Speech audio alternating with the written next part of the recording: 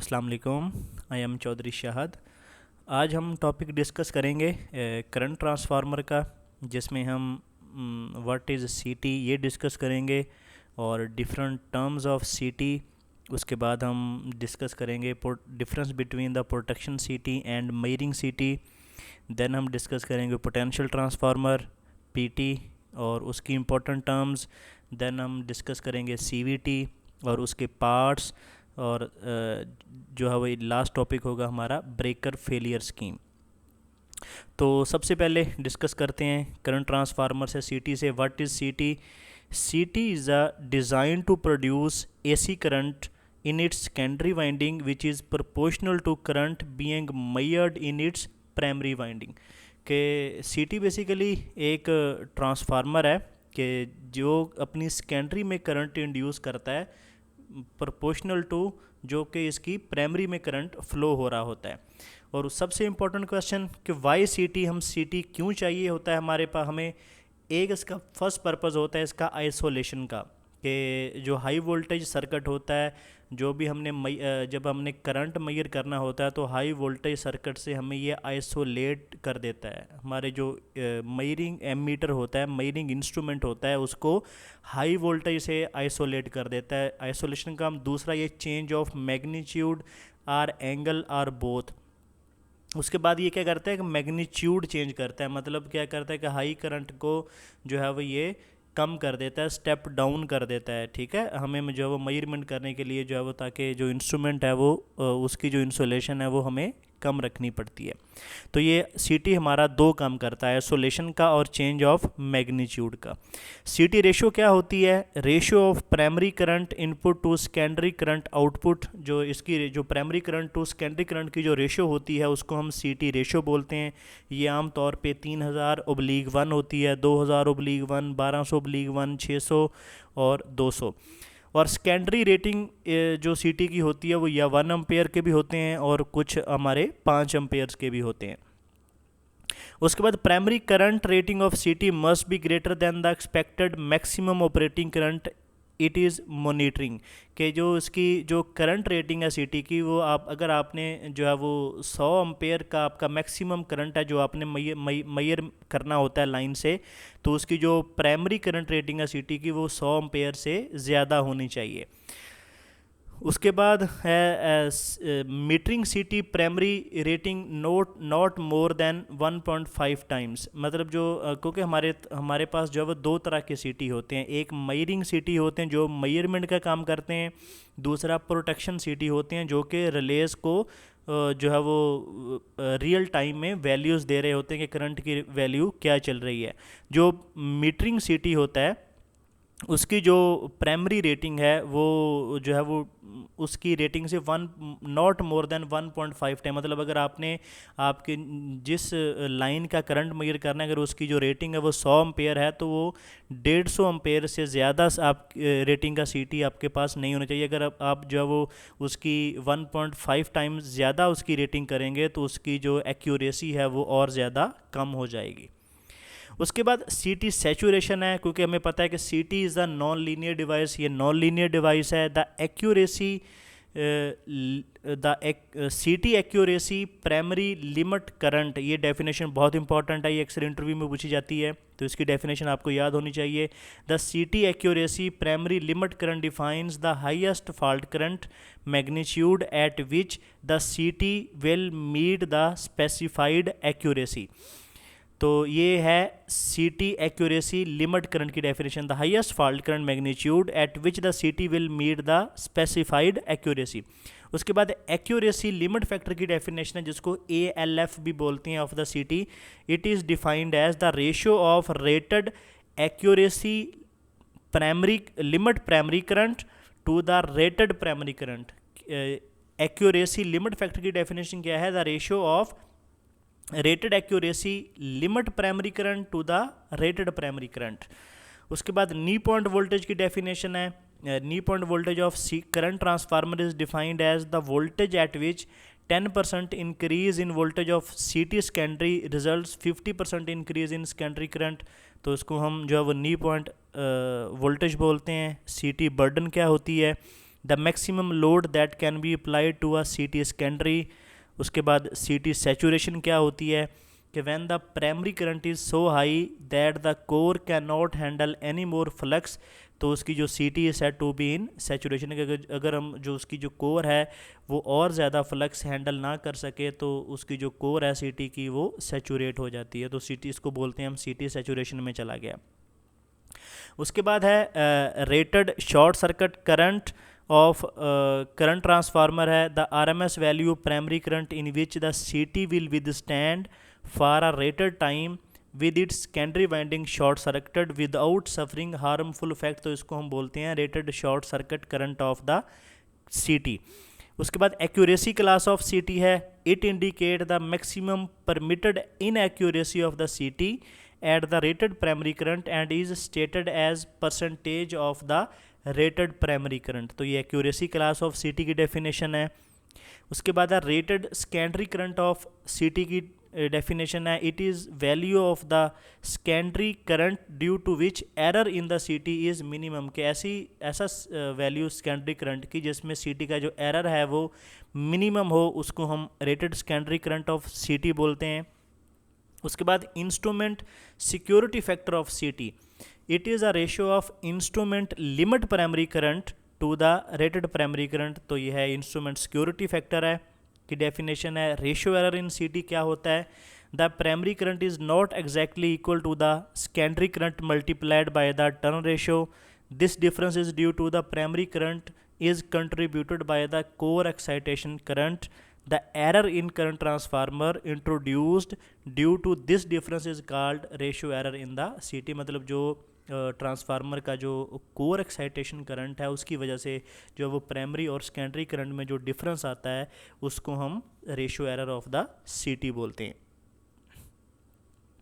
उसके बाद most important question है कि why CT secondary is always short circuited, कि हम जो है वो सिटी की सेकेंडरी को ओपन सर्किट नहीं कर सकते। उसकी रीज़न क्या होती है कि because city is a step up transformer, जो सिटी है ये स्टेप अप ट्रांसफार्मर है। इसमें क्या करता है कि वोल्टेज को ये स्टेप अप कर देता है जिसकी वजह से करंट आपका कम हो जाता है सेकेंडरी में। तो अगर हम जो है वो सेकेंडरी सिटी की सेकेंडरी ओपन कर देंगे, if we open the CT secondary then high voltage build up at the CT secondary, क्योंकि ये स्टेप अप ट्रांसफार्मर है तो इसमें जो है वो मिलियंस ऑफ वोल्टेज जो है वो जनरेट हो जाएंगे सिटी सेकेंडरी में, जिसकी वजह से हाई वोल्टेज सिटी जो है वो बिल्ड अप होंगे। तो ड्यू टू हाई वोल्टेज जो सिटी की कोर है वो सैचुरेट होगी और सम टाइम जो है वो सिटी जो है वो ब्लास्ट भी कर जाता है जैसे हाई वोल्टेज की वजह से। तो ये स्टेप अप जो क्योंकि ये स्टेप अप ट्रांसफार्मर होता है सिटी, तो इसलिए इसकी जो सेकेंडरी है इसको हम ओपन सर्किट नहीं कर सकते।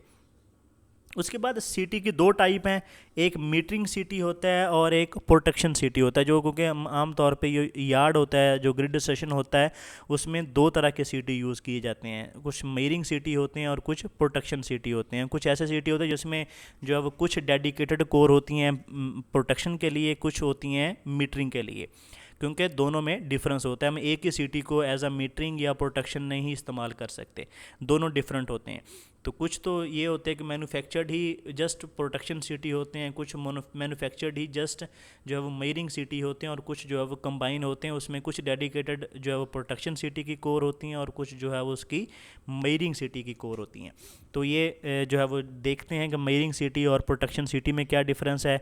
सबसे पहले metering city it is a type of current transformer which is specially designed for measuring high electric current flowing in the power distribution and transmission line, कि जो हमारा मेयरिंग सिटी है ये मेयरमेंट के लिए हाई करंट को मेयर करने के लिए इस्तेमाल होता है। Measurement CT require good accuracy up to 120%, मतलब उसकी जो रेटेड वैल्यू है वो उसका 120% तक ये जो है वो गुड एक्यूरेसी प्रोवाइड करता है। They required low level saturation to protect the meter, इसकी जो सैचुरेशन लेवल होता है मेयरमेंट सिटी का वो लो होता है, so that they use nickel iron alloy core and low exciting current and knee point at low flux density। तो इसलिए इसमें जो कोर यूज़ होती है वो निकल आयरन अलॉय की होती है। उसके बाद प्रोटेक्शन सीटी है। A protection CT is a type of current transformer which is design to sense fault in the system and operate the protective relay in response, के जो सिस्टम में फॉल्ट को सेंस करता है और रिले को basically signal provide करता है या रिले को वैल्यू प्रोवाइड करता है उस फॉल्ट करंट की। Protection CT accuracy is not important as measurement CT. Protection CT में जो है वो एक्यूरेसी जो है वो इम्पॉर्टेंट नहीं होती। They require accuracy up to many times rated current, so they made with grain oriented steel, जो इसकी जो कोर होती है वो ग्रेन ओरिएंटेड सिलिकॉन स्टील से बनी होती है, and with high saturation flux density, क्योंकि इसमें करंट हाई होता है तो इसलिए इसकी सैचुरेशन भी हाई होती है। उसके बाद एक वन बाय वन इसके डिफरेंस जो है वो देखते हैं। सबसे पहले पर्पस का डिफरेंस है कि जो metering CT is प्रिमेरीली design for measurement होता है और protection CT is mainly design for detecting fault and अब नॉर्मल कंडीशन, के जो मीटरिंग सीटी है वो मेजरमेंट के लिए, प्रोटेक्शन सीटी जो है वो फॉल्ट की डिटेक्शन के लिए। उसके बाद ऑपरेशन है, जो आपका metering CT operate in the ankle point region और प्रोटेक्शन सीटी जो ऑपरेट करता है ये full range between the ankle point and the knee point, ये दोनों में ऑपरेट करता है जो एक रेंज में। एक्यूरेसी जो होती है वो मीटरिंग सीटी can operate accurately about 1.2 time of their rated current. जो आपका मीटरिंग सीटी है वो जस्ट 1.2 टाइम जो है वो एक्यूरेसी प्रोवाइड करता है, लेकिन जो प्रोटेक्शन सीटी है can operate accurately up to 20 times of their rated current, क्योंकि आपको पता है कि जो फॉल्ट करंट होता है वो 5 टाइम 10 टाइम होता है रेटेड करंट के, तो इसलिए हमारा जो प्रोटेक्शन सीटी होता है वो up to 20 time the rated current होता है। उसके बाद सैचुरेशन लेवल होता है, मीटरिंग सीटी can saturate for current about 120% of their rated current, लेकिन जो प्रोटेक्शन सीटी can handle large value of the fault current without getting the saturated, क्योंकि आपका जो मीटरिंग सीटी है वो 120% से ऊपर जो है वो सैचुरेट हो जाता है। आउटपुट जो होती है वो output of the metering CT is provided to the measuring instrument और output of the protection CT is connected to the protective relay, इनकी प्रोटेक्टिव रिले को जाती है। उसके बाद cross sectional area of the core जो होता है, क्योंकि metering CT required smaller cross section area of the core, क्योंकि हमें पता है कि जो मीटरिंग सीटी होता है ये just 1.2 time the rated current measure करता है, तो इसलिए इसमें जब करंट कम होगा तो इसमें फ्लक्स भी कम होगा, तो फ्लक्स कम होगा तो कोर का साइज़ भी हमें कम रखना पड़ता है, कम होता है इसका। लेकिन जो प्रोटेक्शन सीटी होता है वो 20 times the rated current measure करता है, तो इसलिए जब करंट हाई होगा तो उसका जो कोर का एरिया होगा वो भी बहुत ज़्यादा होगा। तो प्रोटेक्शन सीटी require large area of cross section of the core. उसके बाद साइज़ है, मीटरिंग सीटी है स्मॉलर फिजिकल साइज़, क्योंकि जब इसका कोर का साइज़ स्मॉल होगा तो मीटरिंग सीटी का फिजिकल साइज़ भी स्मॉल होगा। प्रोटेक्शन सीटी आर लार्जर इन साइज़, क्योंकि कोर का साइज़ लार्ज होगा तो प्रोटेक्शन सीटी का साइज़ भी लार्ज हो जाएगा। कोर मटेरियल है, जो मीटरिंग सीटी होता है इसकी जो कोर है वो निकल आयरन अलॉय से बनी होती है, और जो प्रोटेक्शन सीटी होता है वो उसकी जो ग्रेन ओरिएंटेड सिलिकॉन स्टील से बनी होती है। कोई निकल आयरन कोर है जो वो जल्दी सैचुरेट हो जाती है, लेकिन ग्रेन ओरिएंटेड जो सिलिकॉन स्टील है ये जल्दी सैचुरेट नहीं होती। उसके बाद एक्साइटिंग एम्पेयर टर्न्स हैं, जो मीटरिंग सीटी require low exciting ampere turns per unit length of the core, क्योंकि इसके जो ampere turns exciting ampere turns है वो कम होते हैं मीटरिंग सीटी के, लेकिन प्रोटेक्शन सीटी के जो एम्पेयर टर्न्स हैं वो ज़्यादा होते हैं। उसके बाद एक्यूरेसी क्लास है फॉर मीटरिंग सीटी, द एक्यूरेसी जो क्लास होती है हम इसको पॉइंट ऐसे डिनोट करते हैं, 0.2 class, 0.5 class, 1 class, 3 class, 5 class सीटी, ये जो मीटरिंग सीटी में लिखा होता है। अब क्लास 0.5 का मतलब क्या होता है, the ratio error of the class 0.5 सीटी is 0.5% eight the rated current, के इसमें जो रेशियो एरर होगा वो 0.5% होगा। जैसे 0.2 क्लास सीटी में जो रेशियो एरर कितना होगा 0.2% होगा। ये भी अक्सर वो जब इंटरव्यू में पूछ लेते हैं वो एक आपको जब पेज पे लिख देते हैं 0.5 क्लास सीटी, इसका मतलब क्या है, ये कौन सा सीटी है, तो आपको पता होना चाहिए कि ये मीटरिंग सीटी है, और जो 0.5 क्लास है इसका मतलब है उसमें जो रेशियो एरर है वो 0.5% ऑफ द रेटेड करंट है। इसके बाद हम जो प्रोटेक्शन सीटी है इसकी जो रेटिंग लिखी जाती है वो 5P20, 5P10, 10P20, 15P20, तो ये इस तरह लिखी जाती है। अब वो भी ये भी यहाँ मतलब एक इंटरव्यू में लिख देते हैं, वो 5P20 लिख देंगे या 5P10 लिख देंगे आपको, तो बताएंगे जी इसका मतलब क्या होता है और ये कौन सा सीटी है। फर्स्ट ऑफ ऑल ये प्रोटेक्शन सीटी है, तो 5P20 का मतलब क्या है कि उसमें एरर जो है, रेशो एरर है वो 5% है। पी का मतलब है उसकी प्रोटेक्शन क्लास है, और 20 का मतलब है कि वो जो ऑपरेट करेगा वो 20 times the rated current operate करेगा। ठीक है, जैसे 5P10 है तो इसका मतलब उसमें जो रेशो एरर है वो 5% है। पी का मतलब है प्रोटेक्शन क्लास, और 10 का मतलब है कि वो 10 टाइम द रेटेड करंट जो है वो ऑपरेट करेगा। तो ये था इनकी मतलब एक जो हम क्लास डिफ़ाइन करते हैं वो ऐसे डिफ़ाइन करते हैं, मीटरिंग सिटी की और प्रोटेक्शन सिटी की। उसके बाद रिस्पांस टाइम है, जो मीटरिंग सिटी होता है उसका रिस्पांस टाइम स्लोवर होता है, प्रोटेक्शन सिटी का जो रिस्पांस टाइम होता है वो फास्ट होता है। उसके बाद ऑपरेशन अंडर फॉल्ट है, metering city can show error, क्योंकि जब फॉल्ट करंट आपको पता है कि 10 टाइम होता है या इवन 20 टाइम भी होता है, तो इसलिए जो आपका मीटरिंग सिटी होता है वो डिफाइन होता है 1.2 टाइम द रेटेड करंट पे, तो इसलिए ये एरर शो करता है। लेकिन प्रोटेक्शन सिटी जो है वो जो होता है वो accurately operate under the fault condition. उसके बाद कॉस्ट की बात करें तो metering CT are relatively less expensive, क्योंकि इसमें कोर का साइज़ भी कम होता है, इसलिए जो है वो इसकी कॉस्ट कम होती है। Protection CT are more expensive than metering CT, क्योंकि इसकी जो कोर का साइज़ है वो भी ज़्यादा होता है, तो इसलिए क्योंकि ये ज़्यादा करंट टैकल करता है तो इसलिए इसकी नंबर ऑफ़ टर्न्स भी जो है वो इंसुलेशन भी ज़्यादा होगी। उसके बाद पोटेंशियल ट्रांसफार्मर है जिसको हम पीटी बोलते हैं। What is PT? It is used for step down the system voltage to safe value which can be feed to low rating meters and relays. तो जो आपका पीटी होता है ये स्टेप डाउन करता है वोल्टेज को सेफ वैल्यू पे, जिसको हम जो है वो लो वोल्टेज मीटर और रिलेज को उसकी वैल्यू प्रोवाइड करते हैं। अब ये होता है कि जो पीटी होता है इसमें मीटरिंग या प्रोटेक्शन पीटी का जो है वो डिफरेंस नहीं होता है, एक ही पीटी होता है और उसी को हम जो है वो एज आ प्रोटेक्शन पीटी और उसी को एज आ मीटरिंग पीटी हम इस्तेमाल करते हैं। इसका वाई पीटी हमें पोटेंशियल ट्रांसफार्मर रिक्वायर्ड क्यों होता है? एक तो आइसोलेशन प्रोवाइड करता है, जैसे हमने सिटी में देखा था आइसोलेशन वो प्रोवाइड करता है हाई वोल्टेज से जो है वो इंस्ट्रूमेंट्स को, उसके बाद रिलेज को, उसके बाद चेंज ऑफ मैग्नीट्यूड, और जो आपके वोल्टेज होते हैं उसकी मैग्नीट्यूड को चेंज करता है। उसके बाद पीटी रेशो है, ratio of the primary voltage into the secondary voltage output, तो इसकी रेशो को हम पीटी रेशो बोलते हैं। Secondary voltage rating is either 63.5 और 110 और 120 वोल्ट, ये तीन तरह के आपको जो है वो पीटी मिलते हैं। कुछ की जो रेटिंग होती है वो 63.5 होती है, 110 के होते हैं और 120 के होते हैं।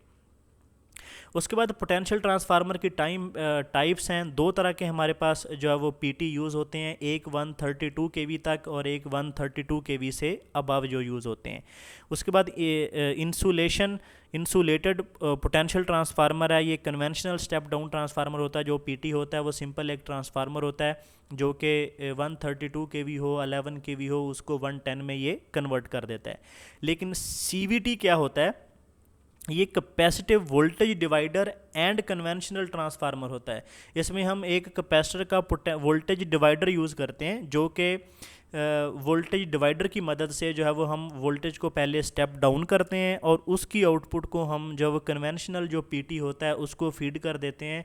तो इस तरह जो है वो ये हमारा मेजरमेंट का काम करता है सीवीटी।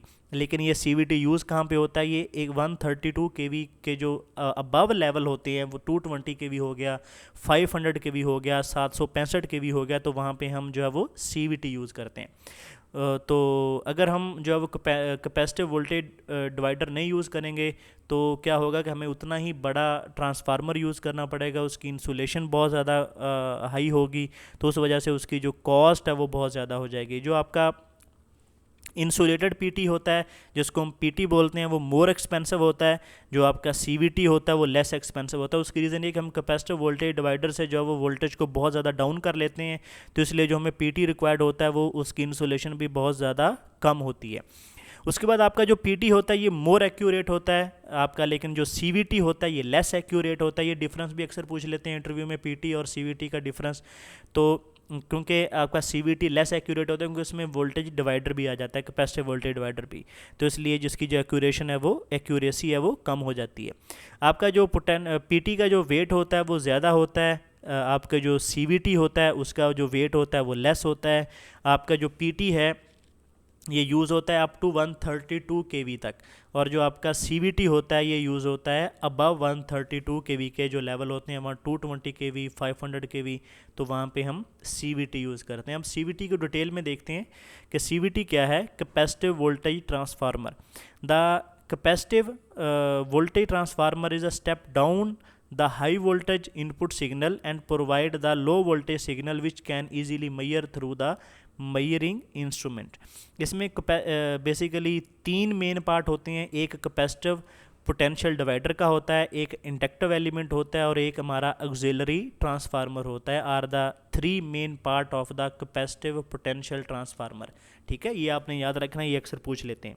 अब ये बेसिकली इसका जो है वो सर्किट डायग्राम देखते हैं कि सबसे पहले ये हमारा जो वो पोटेंशियल डिवाइडर है, C1 और C2 का कैपेसिटर 2 लगे होते हैं। अब यहाँ पे जो है वो एक रेजोनेटिंग एलिमेंट लगा होता है। अब ये इस रेजोनेटिंग एलिमेंट का जो है वो मकसद क्या होता है कि हमें पता है कि जब भी जो हमारा कैपेसिटर है इसमें से जब हमारा AC वैल्यू पास होती है तो उसमें जो है वो फेज़ शिफ्ट आ जाता है 90 डिग्री का, क्योंकि उसमें क्या करता है कि करंट लीड करता है, वोल्टेज लैग करते हैं कैपेसिटर में। तो हम उसके आगे इंडक्टर इसीलिए लगाते हैं कि ये भी उसी के अपोजिट में जो है वो एंगल, फेज़ एंगल में एंगल प्रोड्यूस करेगा, जिसकी वजह से यहाँ पे जब ये मेजरिंग PT के पास वोल्टेज आएंगे तो उसका जो फेज़ एंगल है वो बिल्कुल वही होगा जो स्टार्ट में था। एक कैपेसिटर ने जो है वो करंट को 90 डिग्री लीड किया, इंडक्टर ने जो है वो करंट को दोबारा जो है वो उसके बाद है 90 डिग्री लैग करवा दिया, जिसकी वजह से जो करंट का एंगल है वो वही हो जाएगा यहाँ पे आके जो कि पहले था, क्योंकि कैपेसिटर से गुजरने से पहले, क्योंकि हमें पता है कि कैपेसिटर जो है वो करंट को लीड करवाता है और इंडक्टर करंट को लैग करवाता है। अब दूसरा ये एक मकसद ये होता है कि यहाँ पे एक सीरीज़ एलिमेंट का जो हम लगाते हैं यहाँ पे इंडक्टर का, कि अगर हाई फ्रीक्वेंसी सिग्नल कोई आ भी जाए तो आपको पता है जो कैपेसिटर है वो हाई फ्रीक्वेंसी सिग्नल को जो है वो इजी पाथ प्रोवाइड करता है, तो वो ग्राउंड भी हो जाते हैं, और जो आपका इंडक्टर है ये हाई फ्रीक्वेंसी सिग्नल को पास होने नहीं देता, क्योंकि इसकी XL बहुत ज़्यादा हाई हो जाती है, क्योंकि XL directly proportional to frequency होती है। तो ये हाई फ्रीक्वेंसी सिग्नल को यहाँ से भी नहीं गुजरने देगा, जिसकी वजह से जो आपका PT है उसमें हाई फ्रीक्वेंसी सिग्नल नहीं जाएगा और उसकी जो कोर है वो सैचुरेट नहीं होगी, और फिर आगे जो है वो हमारा PT लगा होता है। और आगे हम एक ये सर्किट लगाते हैं जिसका मकसद होता है इम्पीडेंस मैचिंग का। तो ये इम्पीडेंस मैचिंग का काम करता है ये सर्किट हमारा।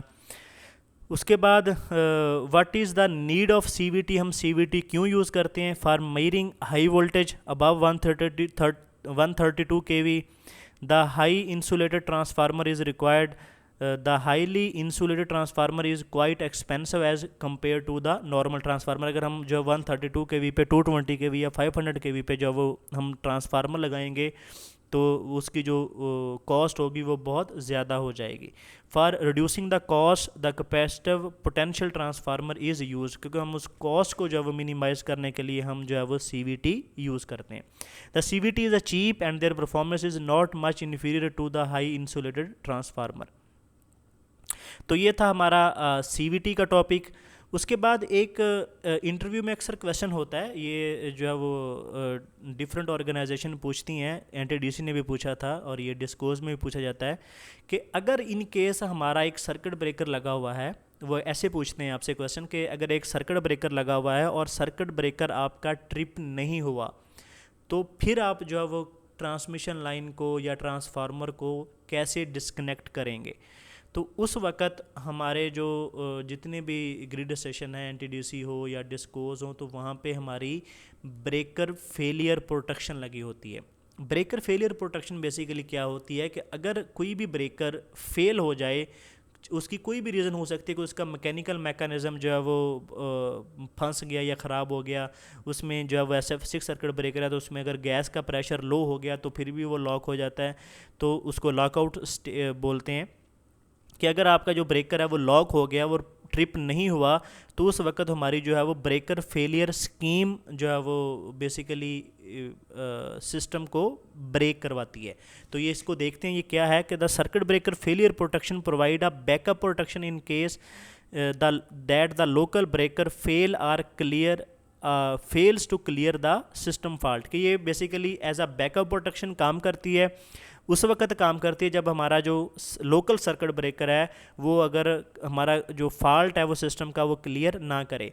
तो ये सबसे पहले क्या करती है कि so or retrip signal to the local circuit breaker or trip signal to the higher level circuit breaker is issue to terminate the failure. पहले ये उसी सर्किट ब्रेकर को रीट्रिप सिग्नल देती है और उसके बाद अगर वो फिर भी ट्रिप ना हुआ तो फिर ये जितने भी दूसरे लेवल के हायर लेवल के सर्किट ब्रेकर हैं फिर ये उनको भी ट्रिप करवाती है। अगर अब इसका डिटेल देखते हैं कि सबसे पहले ये breaker failure protection, if the circuit breaker fail to open या लॉकआउट हो जाए। लॉकआउट कब होता है? जब इसका जो है वो गैस का प्रेशर SF6 सर्किट ब्रेकर है तो उसमें SF6 गैस का प्रेशर जब लो हो जाए तो वो लॉकआउट हो जाता है।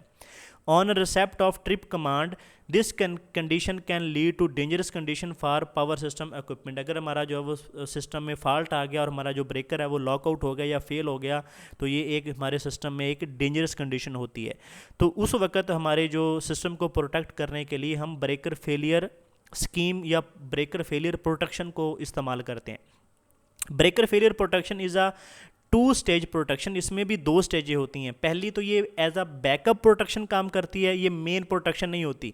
मेन प्रोटेक्शन हमारा वो ब्रेकर है, ठीक है। ये एज अ बैकअप प्रोटेक्शन काम करती है और बैकअप पे भी इसकी 2 स्टेजेस होती हैं। पहली स्टेज में इसने क्या किया कि ब्रेकर फेलियर स्टेज 1 में ये trip the failed circuit breaker के मतलब फ़र्ज़ किया कि जो हमारी रिले अगर ब्रेकर लॉकआउट भी नहीं है और जो है वो जो रिले का जो सिग्नल है वो जो जाता है उसकी अगर वो वायर ब्रेक हो गई और हमारा जो सर्किट ब्रेकर है वो ट्रिप नहीं हुआ तो क्या करेगा, एक जो है वो ब्रेकर फेलियर जो है वो पॉइंट से भी जो है वो ट्रिप सिग्नल जा रहा होगा सर्किट ब्रेकर को। तो ये क्या करेगा, उस सर्किट ब्रेकर को दोबारा सिग्नल सेंड करेगा। हो सकता है वो पहले वाले की वायर अगर ब्रेक हो गई तो इस वायर से सिग्नल जाए और ब्रेकर हमारा ट्रिप हो जाए तो हमारा काम हो जाएगा, हमारा जो सिस्टम है वो बच जाएगा। तो क्या करेगा, ये पहली स्टेज में trip send the trip signal re trip issue to the time delay of the 150 millisecond के जब हमारा ब्रेकर फेल हुआ और उसके 150 मिली सेकेंड के बाद क्या करेगा, ये उसको एक री ट्रिप कमांड सेंड करेगा। कौन? ब्रेकर फेलियर स्कीम जो स्टेज 1 में के अल्लाह करे कि वही ब्रेकर जो है वो दोबारा मतलब एक वो क्या करे ओपन हो जाए क्योंकि हमारा सिस्टम हमारा दूसरा सिस्टम बच जाए।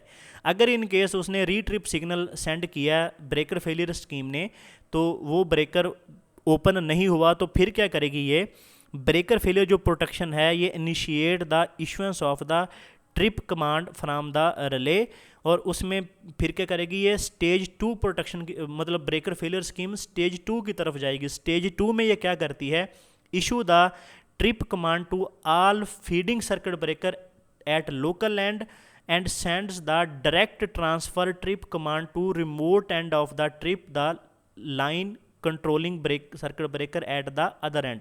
अब इसको मैं समझाता हूँ कि ये स्टेज 2 में क्या करेगी, trip command to the all feeding circuit breaker at the local end के उस सर्किट ब्रेकर को जो सर्किट ब्रेकर फीड कर रहे होंगे उन सब को ट्रिप करवा देगी, ठीक है।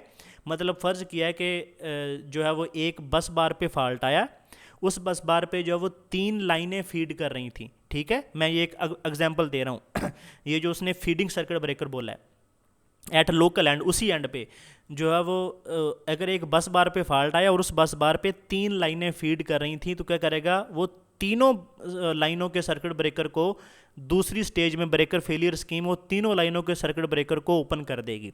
तो इससे क्या हो गया, जो फीडिंग सर्किट ब्रेकर है वो आपका लोकल एंड पे वो क्या हो गया, वो बंद हो गया। तो इसका मतलब जितने भी उस सप्लाई थी उस सर्किट ब्रेकर की तरफ आ रही थी वो सारी सप्लाई क्या हो गई, बंद हो गई। इसका मतलब फॉल्ट इस साइड से हो गया क्लियर। अब जो है वो लाइन की जो दूसरी साइड है जो दूसरे ग्रिड के साथ कनेक्टेड है उसको भी ये ट्रिप कमांड सेंड करेगी, DTT direct transfer trip send करेगी। तो वो क्या होगा, जो दूसरी लाइन के जो है वो अगर मतलब एक उधर से जो करंट फ्लो हो रहा है तो वो दूसरी साइड से भी पूरी लाइन को वो ट्रिप कर देगी, जिसकी वजह से क्या होगा, एक सेलेक्टेड पोर्शन जो है वो उस सर्किट ब्रेकर को जो फीड कर रहा था वो सारा क्या हो जाएगा, निकल जाएगा। तो इस तरह जो हमारी जो ब्रेकर फेलियर स्कीम है ये काम करती है। 10 trip all the fault feeding source end trip delay 250 millisecond और 250 मिली सेकेंड के बाद ये सारा काम हो जाता है। और जो NTDC है वो implement the breaker failure protection to cater the for these condition के अगर कोई हमारा ब्रेकर फेल हो जाए या लॉकआउट में चला जाए तो उस वक्त हमारे जो NTDC है वो ब्रेकर फेलियर प्रोटेक्शन स्कीम को जो है वो इम्प्लीमेंट करवाती है। बेसिकली इसके लिए कुछ सेपरेट रिले नहीं चाहिए होती, ये उसी रिले में जो है वो हम सेटिंग कर देते हैं कि जो है वो अगर ये ब्रेकर फेल हो जाए तो उसमें वो सर्किट ब्रेकर हम लगा देते हैं कि ये इसमें फॉल्ट फीडिंग सोर्स हैं तो उन सब सोर्स को निकालना है। और फिर इस तरह ये हर ब्रेकर को जो है वो अगर फेल हो जाए तो उसकी जो है वो स्कीम लगी हुई होती है, वो फीडिंग होती है रिलेज़ में।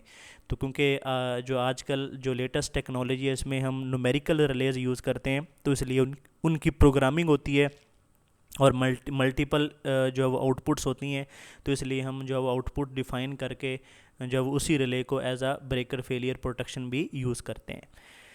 तो ये था हमारा CT PT और ब्रेकर फेलियर प्रोटेक्शन के हवाले से लेक्चर। तो अगर आपको वीडियो अच्छी लगी हो तो वीडियो को लाइक करें, शेयर करें और चैनल को सब्सक्राइब कर लें ताकि आने वाली वीडियोस का आपको नोटिफिकेशन मिल सके।